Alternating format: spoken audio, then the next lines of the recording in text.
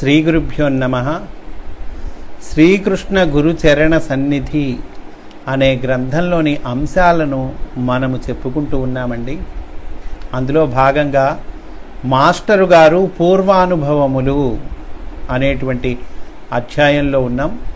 ఈ అధ్యాయంలో పున్నయ్య శాస్త్రి గారు అంటే ఆయనకు పరిచయం కాకముందు కూడా మాస్టర్ గారితో అనుభవాలు మిగతా వారికి ఎట్లా ఉన్నాయి అనేటువంటివి విషయాలను వివరిస్తూ ఉన్నారు. మాస్టర్ గారు ఎలా ఉన్నారు, ఎలా మనకు నేర్పిస్తూ ఉన్నారు అనేటువంటిది కూడా వివరిస్తూ ఉన్నారండి. వారు సరదాగా ఇంటిలో మాట్లాడినప్పుడు తనను గూర్చి వైదికినని చెప్పేవారు. వైష్ణవులు, వైదికులు, నియోగులు ఇట్లా అనుకుంటారు కదండి. మాస్టర్ట సరదాగా నేను వైదికినని చెప్పేవాళ్ళట. ఈ వాక్యము విన్న నాకు అప్పటికి అర్థమైన భావం ఇది. తనను గురించి తానే ఛాందసుడని సరదాగా చెప్పుచున్నారు. వైదికి ఛాదస్తం అంటారు కదండి. అందువల్ల నేను వైదికిని అని మాస్టర్ గారు అన్నారంటే నేను ఛాందసుడని అని సరదాగా చెప్తున్నారు అని పున్నయ్య శాస్త్రి గారు అంటూ ఉన్నారు. తర్వాత తెలిసినది పూర్వతరములలో ఎక్కడో వీరి పూర్వీకులు వైదికులు, తర్వాత వైష్ణవము స్వీకరించిరని. అంతేకాదు, ఇందులో అసలు అర్థము ఎప్పటికో అవగతమైంది. అర్వాచీన కాలమున వచ్చిన వైష్ణవమే నా మార్గము కాదనియు, దీనితో పాటు సనాతన వేద మార్గమునకు చెందిన వాడనని వారి భావము. వేదములలో ఒకే పరబ్రహ్మము విష్ణువుగను, రుద్రుడుగను, శ్రీమాతగను స్తుతింపబడెను. వేదముల్లో పరబ్రహ్మ, మనం భగవంతుడు, దేవుడు అంటున్నాం కదండి. ఆ ఒకే దేవుడు, ఆ ఉన్నది ఒక్కడే దేవుడు కదండి. కనుక ఆ ఒక్క దేవుణ్ణే విష్ణువుగాను, రుద్రుడుగాను, అలాగే శ్రీమాతగను అంటే అమ్మవారిగాను స్తుతింపబడింది, వేదాల్లో స్తుతింపబడింది. కావుననే విష్ణు సూక్తములు, రుద్ర సూక్తము, శ్రీ సూక్తము, దేవీ సూక్తములు కలవు. మాస్టర్ గారు తాను ఈ పద్ధతిలో పరబ్రహ్మమును దర్శించిన వాడనని సంకేత పద్ధతిలో తెలిపిరి. దేవుని పేర్లన్నీ ఆయన చేపట్టు చర్యలను బట్టి, ఆయన వివిధ కళ్యాణ గుణములను బట్టి ఏర్పడినవని వారు తెలిపిరి. అంటే మన పేర్లు వేరు, దేవుడి పేర్లు వేరండి. మనవి వ్యావహారిక నామములు అంటాం. మనం అంటే ఏదో ఆ పేరుతో మనం పిలవబడుతున్నాం. ఉదాహరణకి నా పేరు కైలాసనాథ్ అండి. కైలాసనాథ్ అంటే శివుడు. ఆ పేరుతో పిలవబడుతున్నా, నేను కైలాసనాథ్ అని పిలవబడుతున్నా. అంతేగాని ఆ కైలాసనాథుడికి ఉండే నా లక్షణాలు నాకున్నాయా అంటే లేవు. అంతే కదండి. ఆ లక్షణాలు అయితే లేవు, కానీ ఆ పేరుతో నేను పిలవబడుతున్నా. కానీ భగవంతుడి పేర్లు అట్లా కాదు. గుణకర్మాణి రూపాణి అన్నారు. అంటే గుణముల చేత, కర్మల చేత ఆయన ఆ పేరు తెచ్చుకున్నాడు. అది భగవంతుడి పేరుకి మన పేరుకి తేడా అండి. అది ఇక్కడ మాస్టర్ చెప్తూ ఉన్నారు. దేవుని పేర్లనియు ఆయన చేపట్టు చర్యలను బట్టి, ఆయన వివిధ కళ్యాణ గుణములను బట్టి ఏర్పడినవని వారు తెలిపిరి. ఆయన వైష్ణవులే. అయితే వైష్ణవులే కాదు, అంతర్యామి సాధనను అవలంబించుటచే వైష్ణవులే. శ్రీ లక్ష్మణ యతీంద్ర గురుదేవులు శ్రీవారినిట్లు భజించిరి. ఓం నమో భగవతే కృష్ణమాచార్యాయ, ఓం నమో భగవతే విష్ణురూపాయ అని సాక్షాత్తు లక్ష్మణ యతీంద్ర గురుదేవులంతటి వారు అన్నారండి. కృష్ణమాచార్యుల వారు, ఆళ్వారులు, రామానుజులు బోధించిన అంశములను సరళముగా తెలుపుచున్నారు. మంచిదే. అయినను వారు సమాశ్రయణము నొందిన ఇంకనూ బాగుండేది అని కొందరు వైష్ణవులు అభిప్రాయపడినట. శ్రీ లక్ష్మణ యతీంద్ర గురుదేవులు అన్నట్లు శ్రీవారు స్వయముగా విష్ణురూపులై ఉండగా ఇక సమాశ్రయణము ఆయనకు ఆవశ్యకమా కాదా అను చర్చతో పని లేదు. గుంటూరులో ఒక కార్యాలయోద్యోగియగు ఒక యువకుడు వివాహమును నిరసించినట. అవివాహితుడుగా ఉండిపోయాను. అతడు కొన్ని స్త్రీ చిత్రములను ధ్యానించుచుండెను. అంతటితో ఊరుకోకుండా అతను ఏం చేశాడు, ఆ చిత్రాలని తమ పై అధికారికి చూపించాట. తన ఉపాసనలను ఆయన ప్రశంసించెదరని ఆశించెను. ఈ ఉపాసనని ఆయన ప్రశంసిస్తాడు అని అనుకున్నట్ట. అనుకోని పాపం ఆ పై అధికారికి చూపించాట. ఆ పై అధికారి సామాన్యులు కారు, మహావిద్వాంసులు. రుజుత్వము ఆయన సొత్తు. ఆయన పాపం మహావిద్వాంసులు, మంచివాటండి. ఆయన ఈ చిత్రములను వీక్షించి దిగ్భ్రాంతుడాయను. అందు స్త్రీ ఒకచోట అర్ధదిగంబరిగను, ఒకచోట పూర్ణ దిగంబరిగను రకరకముల వికృత రూప వేషములతో చిత్రింపబడినది. ఇంతలో ఏలనో పని ఉండి మాస్టర్ గారు ఆ కార్యాలయమునకు వెళ్ళుట తటస్థించినది. ఇంతలో మాస్టర్ ఆ ఆఫీస్కి వెళ్ళారటండి ఏదో పని మీద.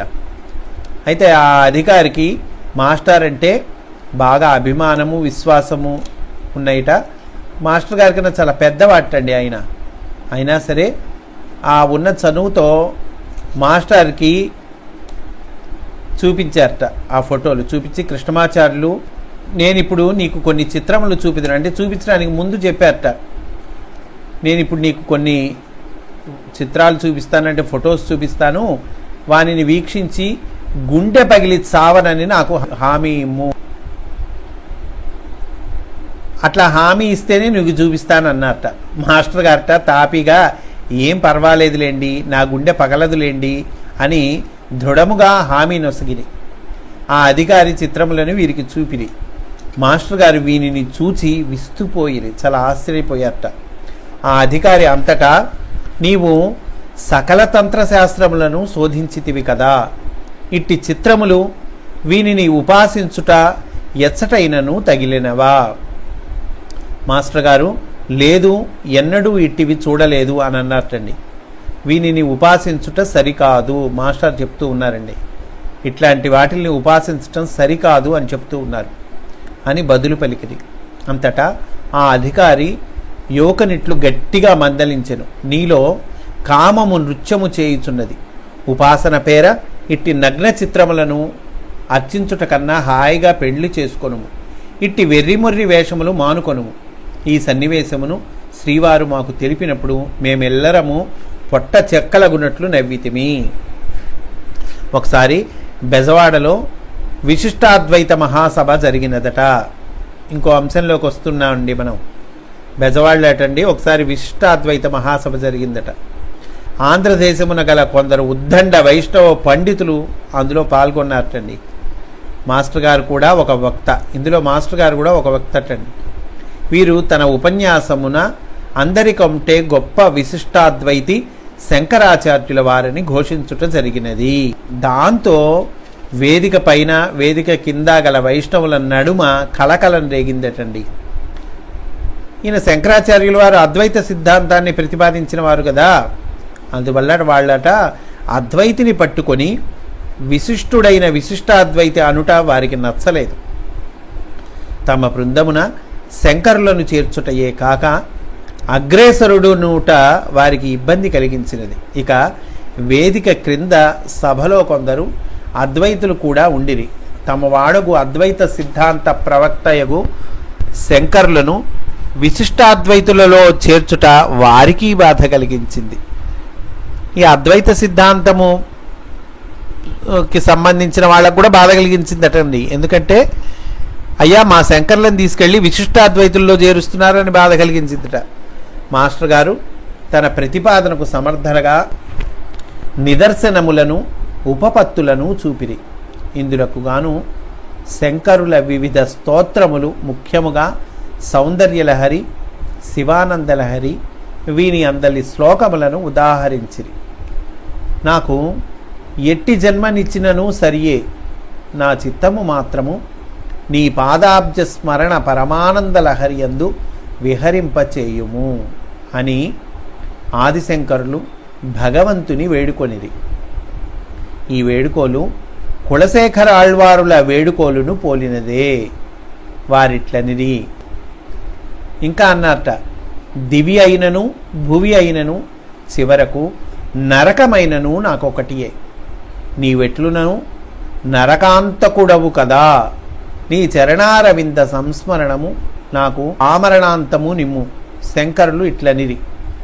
నీ పూజనమందు సారూప్య ముక్తియు నీ సంకీర్తనమందు సామీప్య ముక్తియు, నీ భక్తుల సాంగత్యమునందు సాలోక్య ముక్తియు, సచరాచరాత్మక జగత్తును నీ తనువుగా ధ్యానించుటయందు నీ సాయుధ్య ముక్తియు లభించుచున్నది. శంకరాచార్యులు వారు చెప్పిన విషయం మనకి చెప్పారండి. ఈ భావము భగవద్రామానుజుల భావమునకు దగ్గరగా ఉన్నది. ఇట్టి పెక్కు ఉదాహరణలతో శ్రీవారు సందర్భోచిత నిదర్శనములను ప్రదర్శించుటతో విశిష్టాద్వైతులను అద్వైతులను కిమ్మనక ఊరకుండిరి. కాదునటుకు వారికి నోరు పెగలలేదు. ఈ సన్నివేశమును శ్రీవారు మాకు తెలిపి నవ్విరి. ఇంకొకసారి బెజవాడలోనే ఒక సభలో ప్రముఖ నాస్తికుడు హేతువాది అగు శ్రీ గోపరాజు రామచంద్రరావు గారి ప్రసంగానంతరము శ్రీవారి ప్రసంగము ఏర్పాటు చేయబడినది. గోరాగారు భగవద్గీతపై విరుచుకొని పడిరి. సదస్యులకు ఇట్లు సూచించిరి. ఇది మనం నోటితో అనుకున్నా కూడా తప్పేనండి, కానీ ఏదో చెప్పుకోవాలి కాబట్టి మనం చెప్తూ ఉన్నాం. భగవద్గీత వట్టి చెత్త, కృష్ణుని వంటి పెద్దవాడు దానిని బోధించెను గావునను, వ్యాసుని వంటి పెద్దవాడు దానిని వ్రాసెను గావునను మొగమాట పడి దానిని గౌరవింపనక్కర్లేదు. ఏ విషయము అయినను సరే పెద్దవాళ్ళు చెప్పినంత మాత్రమున మనము నమ్మక్కర్లేదు. ఎవడికి వాడు స్వతంత్రముగా ఆలోచించుకొని దానిపై ఒక అభిప్రాయమును నిర్ణయించుకొనవలెను అని అన్నట్టండి ఆయన. ఎవరు? ఆ హేతువాది నాస్తికుడు అయినటువంటి ఆయన.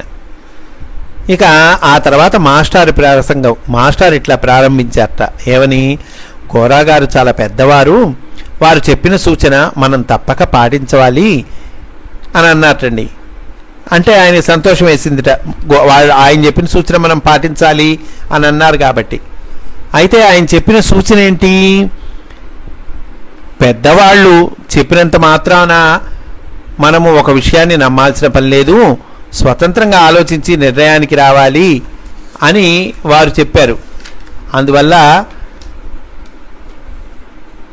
మాస్టర్ అంటూ ఉన్నారు, ఆ సూచన ఏదో మనం తప్పక పాటించాలి అని అన్నారట. అంతా మాస్టర్ గారు తన సంభాషణ ఇట్లు కొనసాగించిరి. గోరాగారు ఎంత పెద్దవారైనను వారు చెప్పినంత మాత్రమున భగవద్గీత వట్టి చెత్తయని మనము నమ్మక్కర్లేదు. పెద్దవాళ్ళు చెప్పింది అంత మాత్రాన మనము పాటించాలని లేదని గోరాగారు అన్నారు కదండి. అట్లాగే మాస్టర్ అంటున్నారు, గోరాగారు పెద్దవాళ్ళు, కానీ పెద్దవాయన చెప్పినంత మాత్రాన మనం పాటించాల్సిన పని లేదు, కాబట్టి ఆయన చెప్పిన భగవద్గీత వట్టి చెత్త అనేది మనం నమ్మక్కర్లేదు. ఎవరింటికి వారు వెళ్ళి భగవద్గీతను స్వయంగా చదువుకొని తమ నిర్ణయములకు రండి అని చెప్పారటండి. అంటే ఆయన చెప్పినట్టుగానే చెప్పారు, ఆయన చెప్పిందే చెప్పారు మాస్టారు. ఈ వాక్యములు విన్న గోరాగారు నిర్ఘాంతపోయిరి. ఆయన వదనము వెలవెలబోయెను. సభలో కలకలము రేగి కొద్దిసేపటికి సద్దుమడిగను. ఇట్లు గోరాగారు భగవద్గీతపై ప్రయోగించిన అస్త్రమును చేతబట్టుకొని వెనుదిప్పి ఆయన పైననే ప్రయోగించిన శ్రీవారి చాతుర్యము అమోఘము. ఇచ్చట ఒక ఘటనను ముచ్చటించుట అసందర్భము కాదనుకొందరు. మాస్టర్ గారి తండ్రి గారికి ఒక నాస్తిక మహాశయునితో పరిచయము గలదు. అయితే అనంతాచార్యుల వారు ఒకసారి మాస్టర్ని పంపించారట. చిన్నప్పుడు వాళ్ళ ఇంటికి పంపించారట. మాస్టర్ వెళ్ళేసరికటండి ఆ నాస్తికుట్ట ఇంట్లో వెంకటేశ్వర స్వామి వారి చిన్న పటమును ఉంచి నమస్కరిస్తూ ఉన్నారట. మాస్టర్ అది గమనించి నవ్వుకున్నారటండి. నాస్తికులకును తిరుపతి వెంకన్న హడలు పుట్టించుచున్నారు అని అన్నారట మాస్టారు.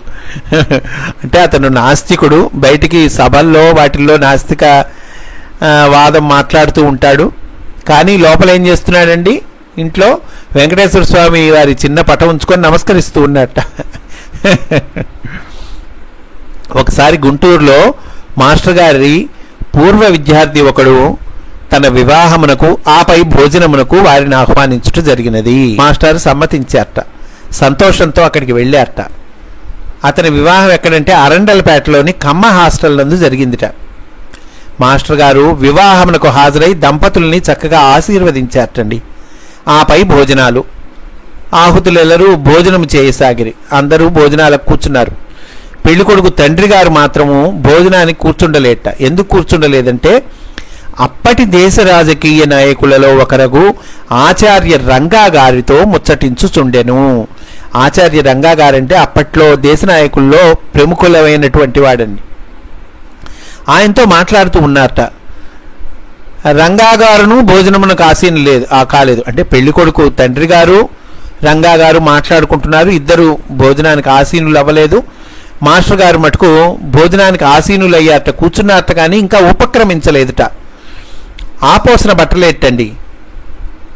ఇంతట్లో ఉన్నట్లుండి యజమాని అంటే పెళ్లి కుమారుడి తండ్రి వెనక్కి తిరిగి భోజన పంక్తి వైపు చూశాట. మాస్టర్ గారు భోజనాన్ని ఇంకా ప్రారంభించకుండా ఉండటం గమనించాట. ఆయన మాస్టారి వద్దరికి వెళ్ళి ఇట్లా అడిగారటండి, ఇట్లా ప్రశ్నించాట. ఆచార్యుల వారు, మీరు మా ఇంట భుజించుటకు ఇష్టపడరా అంటే ఆయన ఇంకా ప్రారంభించలేదు కదండి. అందువల్ల ఈయన అడిగాట, అయ్యా మా ఇంట్లో భుజించడానికి మీరు ఇష్టపడరా అని అడిగారట. ఎందుకని అడిగాడు? తాము బ్రాహ్మణేతరులగుట వలన మాస్టర్ గారు తమ ఇంట భోజనము చేయరేమో అని ఆయన శంక. దానికి మాస్టర్ గారు ఇట్లు బదులు పలికిరి, నేను మీ ఇంటి భోజనము చేయుటకు ఇష్టపడని వాడనైనచో ఈ పంక్తిలో కూర్చుండి ఉండేది వాడను కాను. నాకు తగిన భోజన పదార్థములు ఎవరు పెట్టినను స్వీకరించును. మాస్టర్కి కులమే ఉందండి, మతమే ఉందండి, అందరూ ఆయన బిడ్డలే కదా. అందువల్ల మాస్టర్ అంటూ ఉన్నారు, నాకు తగిన భోజన పదార్థాలు ఎవరు పెట్టినా స్వీకరిస్తానయ్యా అంటున్నారు. దానికి ఆయన మరలా ఇట్లు ప్రశ్నించెను, అయినచో మరి ఏల మీరు భోజనమునకు ఉపక్రమించలేదు అయ్యా, మరి ఎందుకు మీరు ప్రారంభించలేదు అంటున్నారట. మాస్టర్ గారు ఎట్టి సంకోచము లేకుండా ధర్మయుక్తముగా ఇట్లు పలికిరి, అతిథులు యజమానితో కలిసి భుజింపవలెనని మనువు బోధించెను. చూడండి జాగ్రత్తగా, ఈ వాక్యాలు మనం జాగ్రత్తగా రాసుకోవాల్సినటువంటి వాక్యాలండి. అతిథులట పిలిచారు కదా అని ఏదో గబగబా స్వీకరించడం కాదుటండి, యజమానితో కలిసి భోజనం చెయ్యాలట అని ఎవరు చెప్పారు? మనువు చెప్పాటండి. మనుధర్మంలో ఉన్న విషయం చెప్తూ ఉన్నారు మాస్టారు. యజమాని ఇంకా అంటూ ఉన్నారండి, యజమాని అగు తమరు పెద్దవారితో సంభాషణల్లో మునిగిన వారై మాతో కలిసి కూర్చుండట జరగలేదు.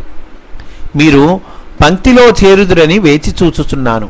యజమాని గారి వీపునకు చురక తగిలినది, తన తప్పు తెలియవచ్చినది.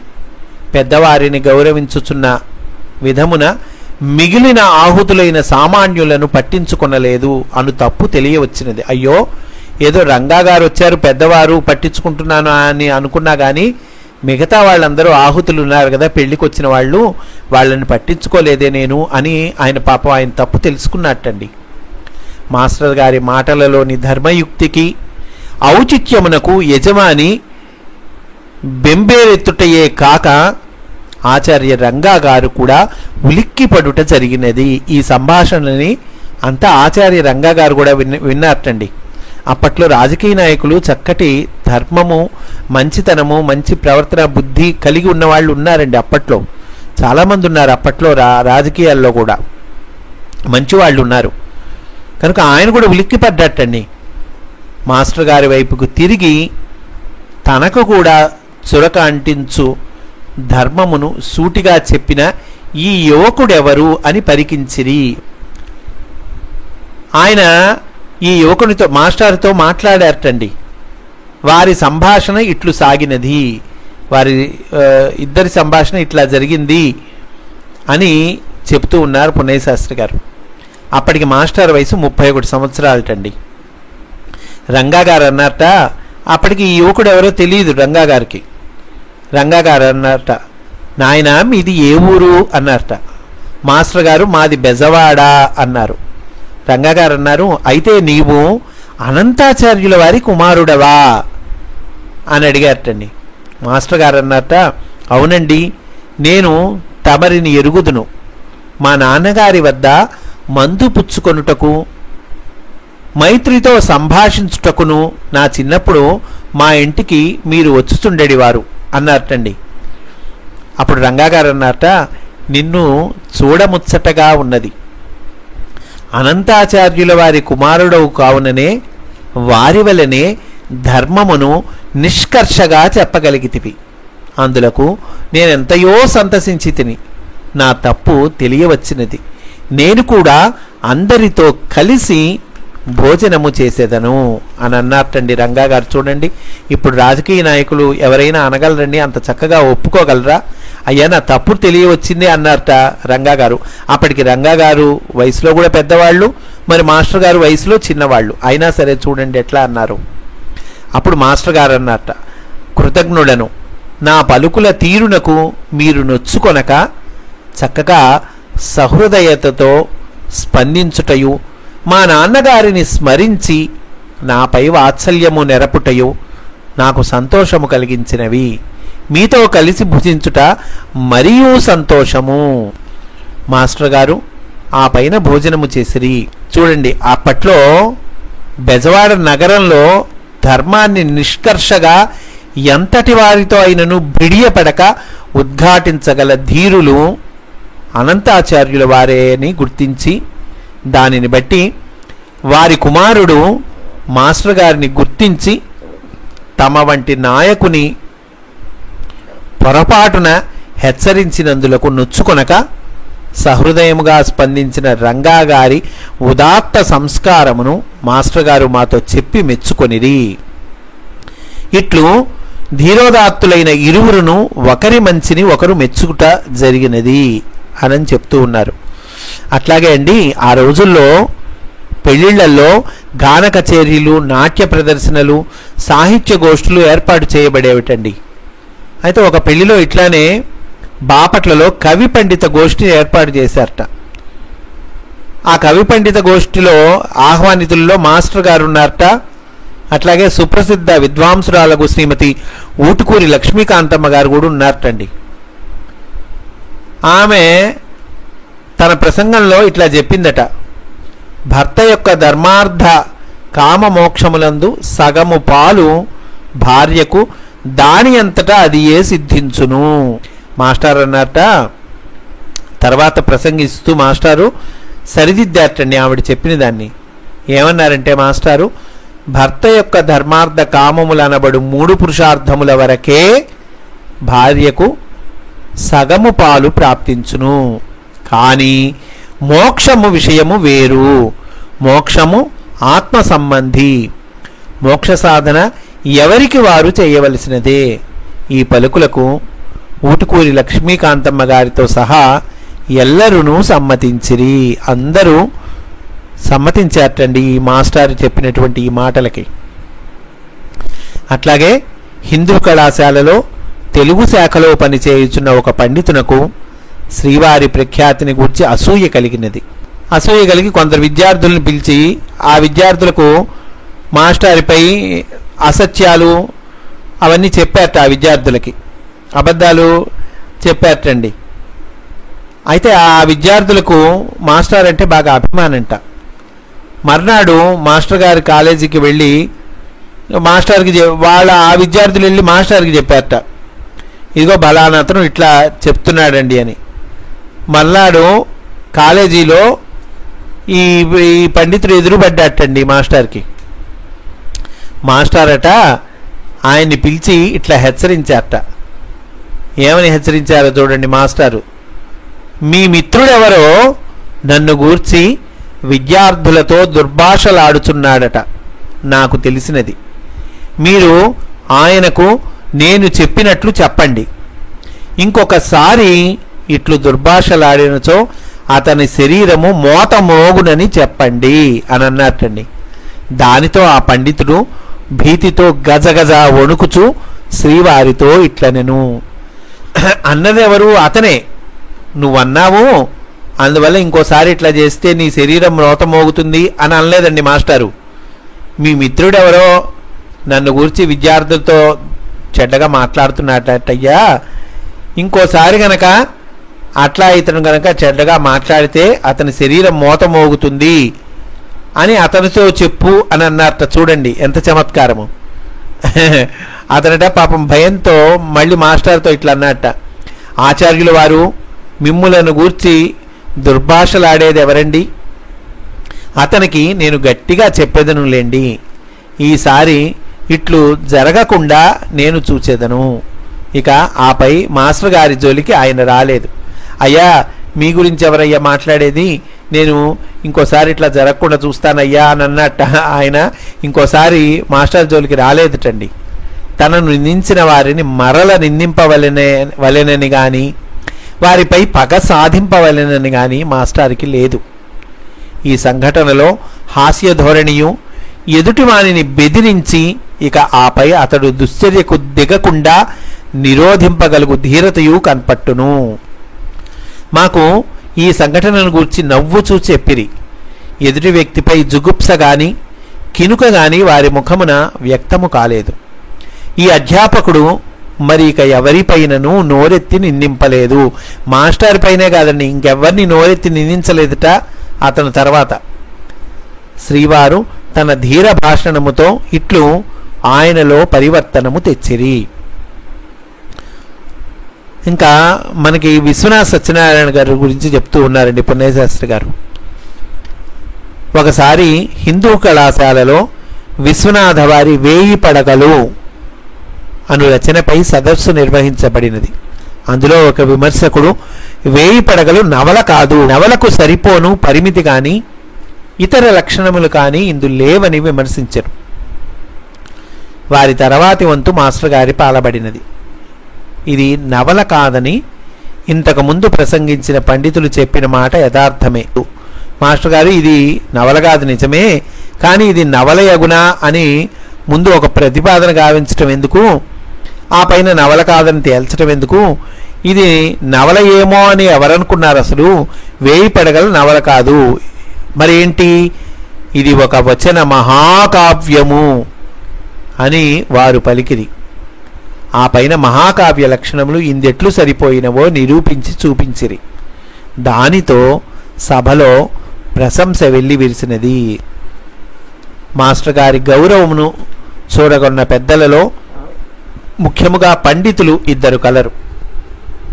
ఒకటి తనకు సంస్కృతాంధ్ర కావ్యమును కొన్నిటిని అధ్యాపనము గావించిన మహాకవి శ్రీ విశ్వనాథ సత్యనారాయణ గారు.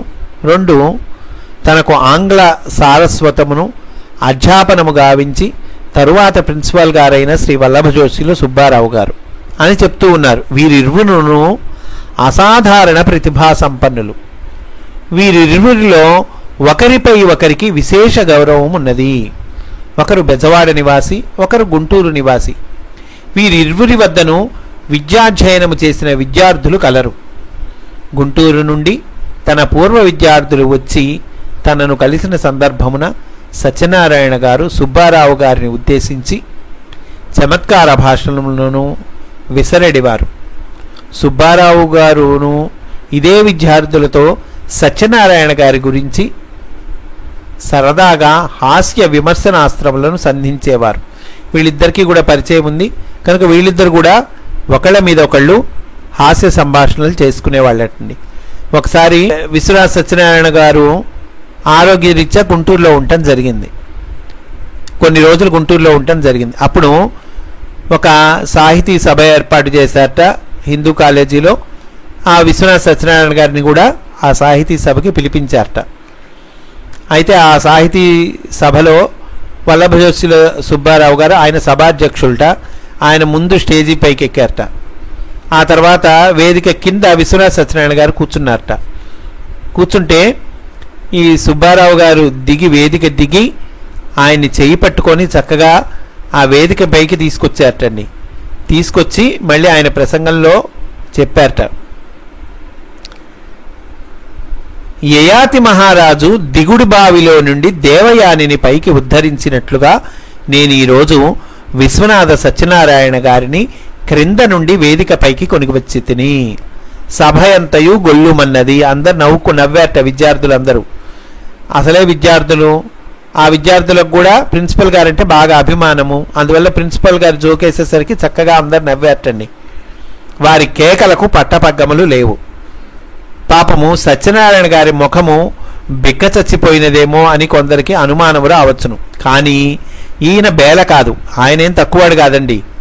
ఆయన మొహం అట్లా బిక్క చచ్చిపోవటం అట్లా ఉండవు ఆయనకి. సుబ్బారావు గారి మాటలను కాదనకుండగానే తన ప్రసంగమున ఈయన ఇట్లు త్రిప్పికొట్టెను. నేను మగవాడను, ఆపై ముసలివాడను, మరియు శుక్లము తీయించుకొని చూపు ఆనని వాడను. నన్ను దేవయానిగను తనను యయాతిగాను ఊహించి పలికిన మీ ప్రిన్సిపల్ గారి రసికతకు ఏమని కొనియాడగలను అన్నట్టండి.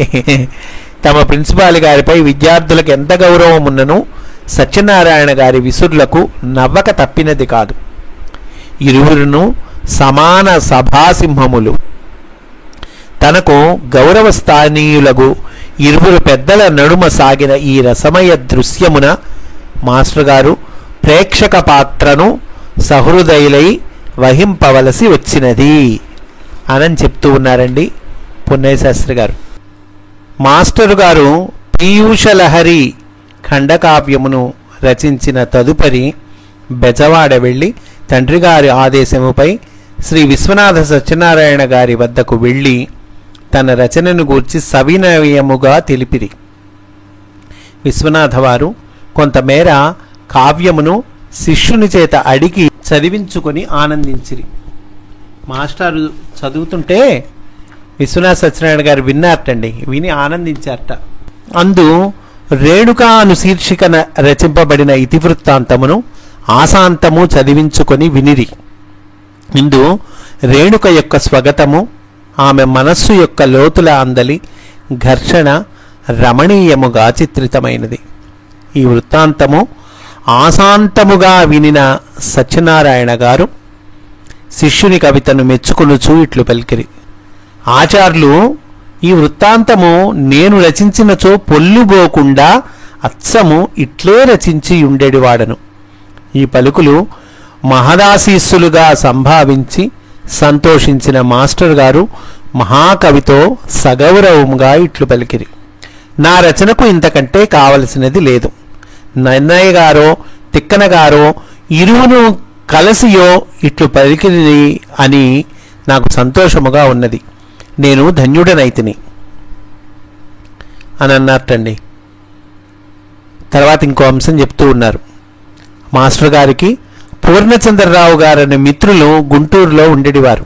ఈయన హై స్కూల్ హెడ్ మాస్టర్గా పనిచేసి రిటైర్ అయ్యి తదనంతర కాలమున ఈయనయే రింగ్ రోడ్డులో శ్రీ విద్యా విహార్ నెలకొల్పిరి. మాస్టర్ గారి వద్ద బుడుతడుగా తిరుగుచున్న నాపై ఎంత వాత్సల్యముతో ఈయన నాకు చాక్లెట్లు బిస్కెట్లు కొనిపెట్టేవారు. ఈయన లలితానంద సరస్వతి స్వామి వారి శిష్యులు, దేవీ ఉపాసకులు. మాస్టర్ గారు ఈయన ఆధ్యాత్మిక సారస్వత రంగములపై ముచ్చటించుచుండేవారు. ఒకరోజు వారి సంభాషణలో కొందరు పెద్దల ప్రస్తావన వచ్చినది. వారిలో ఒకరు మహాకవి, రెండవ వారు పండితులు. ఇరువురును సంస్కృతిని ధర్మమును తమ రచనల ద్వారమున తమ ప్రసంగముల ద్వారమున ప్రచారము చేయుచుండిరి.